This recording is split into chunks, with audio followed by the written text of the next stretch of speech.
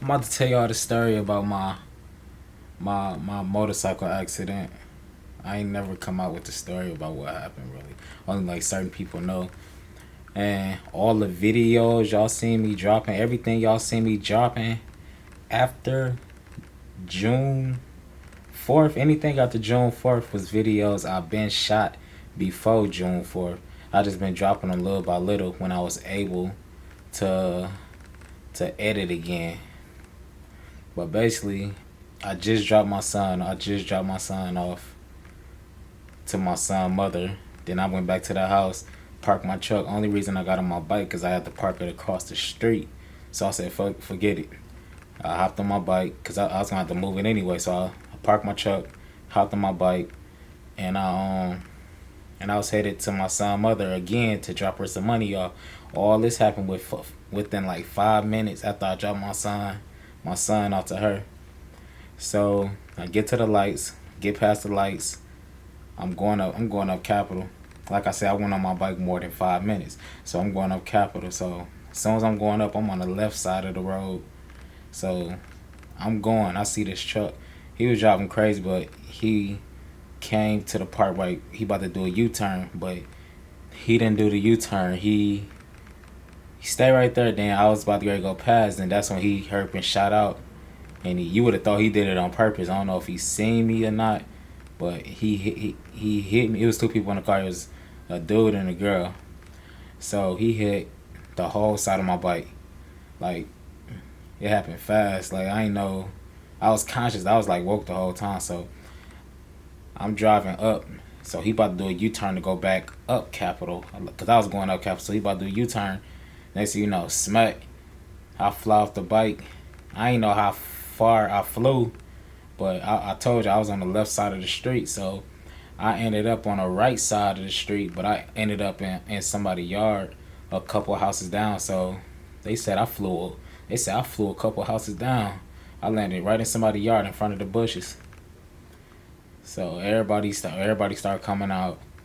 They telling me to sit down. They telling me to sit down, sit down, sit down. Some lady talking about she a nurse. I keep trying to turn my body because I couldn't feel my arm. I couldn't feel my leg. My back was like it felt like my pelvis or something was back there was pushing my body up. That's the only thing I heard it. I ain't know my arm. I ain't know my bone was hanging on my arm. I ain't know my leg was broke. I just know I couldn't move none of it. So I'm like I'm I'm trying to turn my body around. So I keep trying to. They telling me to stay still. Then they see fire people came. They trying to take my blood pressure. They telling me to stay still. I'm like no, give me. I ain't crying not one bit. My mom.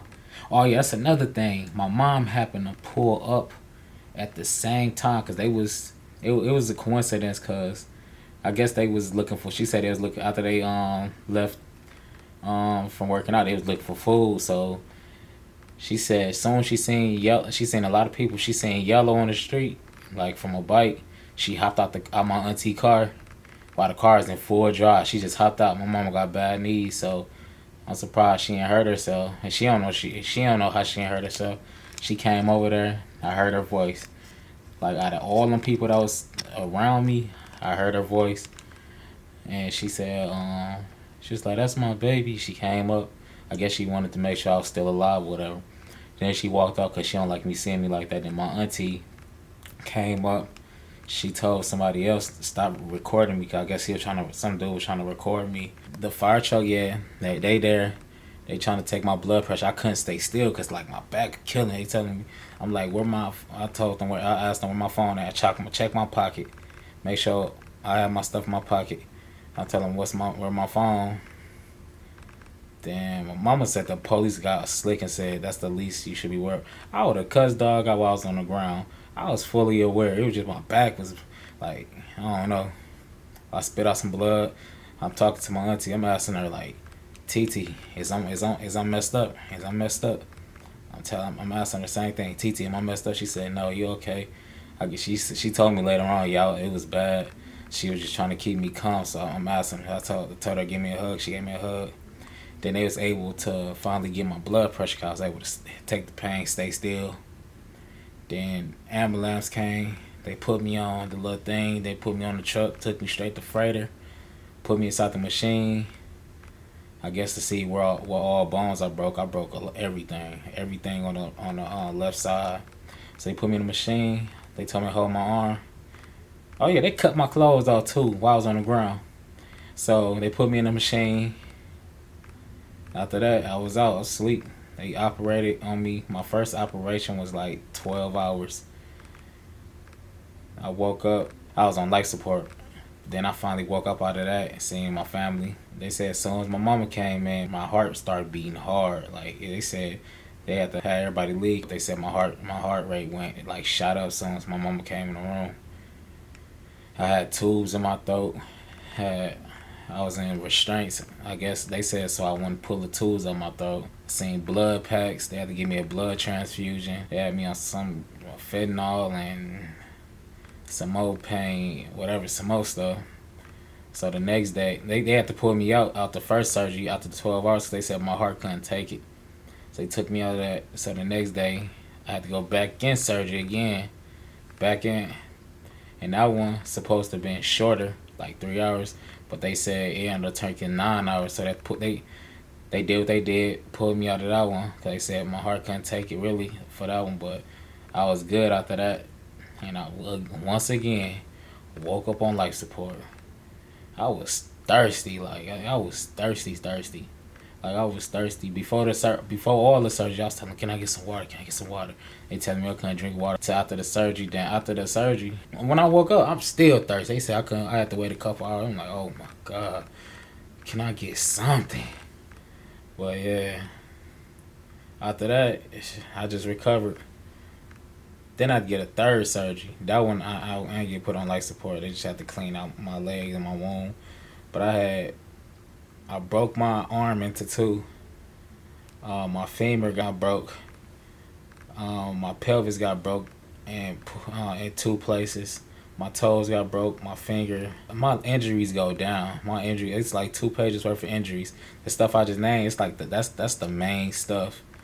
Like that's the stuff that's the main like the main stuff. So what they did, they put metal in my arm.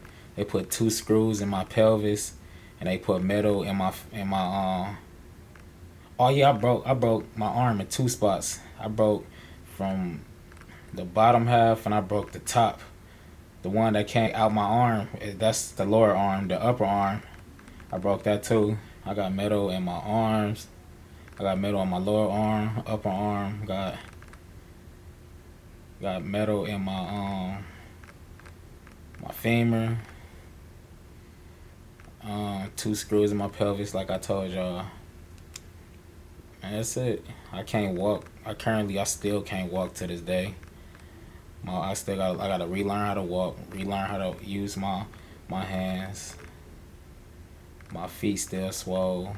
They finally took all the stitches out. I still got some open wounds in my arm. That's why it's covered up. But yeah, it's a road to success. It been,